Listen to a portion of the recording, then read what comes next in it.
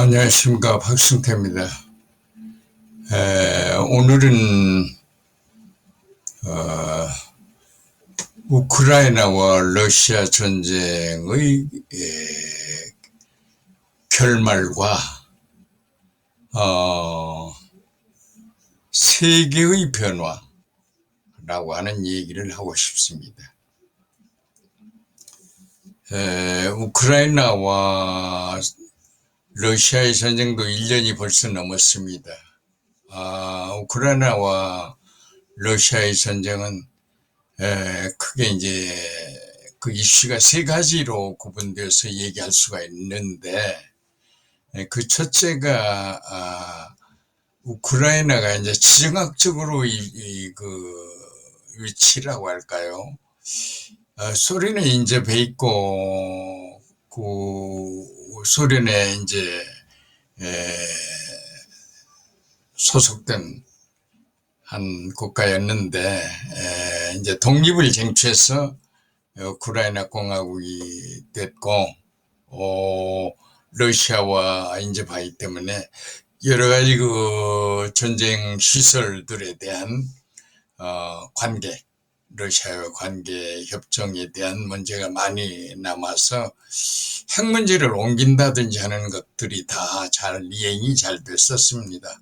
그러나 이제 전쟁이 발발해서 많은 것들이 이제 고통 속에 깨지고 이제 문제가 그렇습니다. 두 번째로 이제 에너지 문제인데, 여기는 이제 미국이 소위 석유의 주도권을 잡고 세계를 제패하고 우지좌지하려고 하는 기본적인 문제에 대한 충돌이라고 할까요?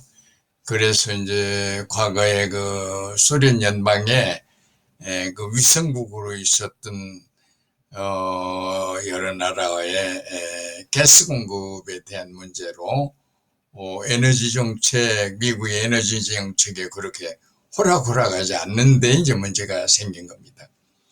세 번째로는 조금 내용이 다른데, 공산주의 국가에 있어서 이제 우크라이나와 같이 민주화된 국가로 전향을 했을 때 과연 그것이 지속성이 가능한 거냐, 이게 이제 상당히 중요한 문제입니다. 그래서 이제 전쟁은 지속되었는데 유럽연합이 돕고 미국이 이제 돕고 하면서 전쟁이 유지가 됐는데, 푸틴의 생각대로 금방 함락되거나 손을 들거나 그런 거에 이제 아니었던 것이 문제입니다. 물론 미국이 뒤에서 여러 가지 뒷받침을 했는데, 그런 것들이 이제 사실은 여러 가지 그 어려움을 어떻게 해결해야 하는가. 근데 미국으로서는 그게 호락호락하게 또는 간단하게 어설프게 접근하기가 어렵습니다. 왜 그러냐면 월맹과의 전쟁에서 패했죠. 페르시아만의 그 소위 걸프 전쟁에서도 미국이 승리한 바는 아니지 않습니까? 거기다가 아프가니스탄 텔레반에 의해서 일어나는 모든 문제, 여기도 이제 미국의 위상이 많이 손상이 됩니다. 그래서 이제 이런 문제들을 종합을 해보면 미국이 어떤 힘을 가지고 문제를 그렇게 해결할 만한 능력이 있는 나라라고 보기에는 좀 힘든 것 같습니다. 그러니까 만약에 이번에 우크라이나와 러시아의 전쟁에서 우크라이나가 이제 진다면 중국으로서는 바로 대만을 침공할 가능성이 높은 거지요. 그게 국제 정세입니다. 그러면은 이제 전쟁의 양상은 이제 달라지고, 잘못하면 이제 이거의 3차 대전으로 그 전쟁 양상이 달라지면서 커질 가능성이 높습니다. 거기에 이제 미국과 중국이 이제 싸움을 하게 되면은 세계가 재편되면서 중국 편과 미국 편의 전쟁이 이제 이루어지겠죠. 그러면 이제 한국 같은 데는 상당히 여기저기 전쟁에 개입하고 젊은이들의 많은 희생이 따르지 않을까 하는 걱정이 이제 없습니다. 그런데 이제 소련이 이긴 후에 자꾸 북한을 자극해서 물자를 대주고 전쟁 의식을 고취시켜 가지고 남쪽을 침범하게 하는, 북으로부터의 남쪽을 침범하게 하는 전쟁이 이루어지면은 이건 이제 대단히 큰 어려움 중에 하나입니다. 거기다 이제 남쪽 소위 그 대한민국은 서울을 중심으로 한 도시국가이기 때문에 상당히 이게 문제가 큽니다. 서울에 밀집되어 있는 여러 가지 시설들이 전쟁으로부터 파괴되면 한국이라고 하는 나라는 소멸될 가능성이 상당히 높습니다. 이게 국제법상 또는 국제정치학상 피치 못할 일들이 아닌가 생각을 합니다. 그래서 우리나라 정치 지도자들은 면밀한 분석과 신중한 태도로 대처하지 않으면 안 될 그런 형국에 우리가 빠져들고 있습니다. 그래서 이제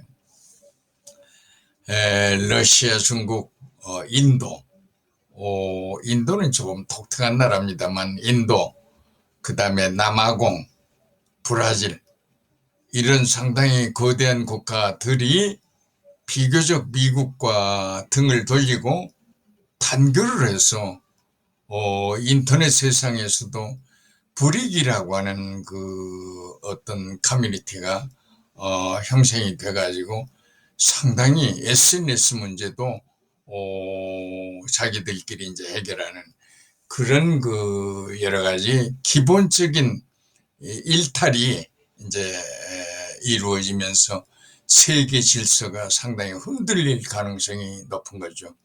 그게 이제 전쟁 양상에 따라서 상당한 변화가 옵니다. 그런데 이제 문제는 중국과 인도가 경제 발전을 모색해서 발전되면은 아프리카가 경제적인 상당한 발전을 이루어서 세계 질서에 상당히 변화가 초래될 걸로 보고 있고 그런 현상이 나타납니다. 그러니까 세계 평화와 안녕을 위해서 대략 우리가 생각할 수 있는 것이 아프리카가 좀 더 경제적 부흥을 일으키고 여러 가지 분쟁에서 해결이 잘 이루어진다라면 좀 더 뭐라 그럴까요? 세계 평화를 위한 어떤 기여가 아프리카로부터 나오지 않나. 그렇게 되면 이제 우리가 가장 바라는 것이 한 서너 가지가 있는데 그 중에 하나가 이제 유토피아적인 세계, 즉 부의 불균형이 타파되고 모든 국가의 국민들의 개인적인 수입의 불균형이 타파되고 하는 유토피아적인 세계가 열릴 걸로 이제 기대하는 거지요. 두 번째가 이제 주로 불교 경전에 나오는 아미사 운동이라고 할까요? 불교의 근본으로 이제 간디가 이제 영국으로부터 독립을 쟁취할 때 아미사 운동,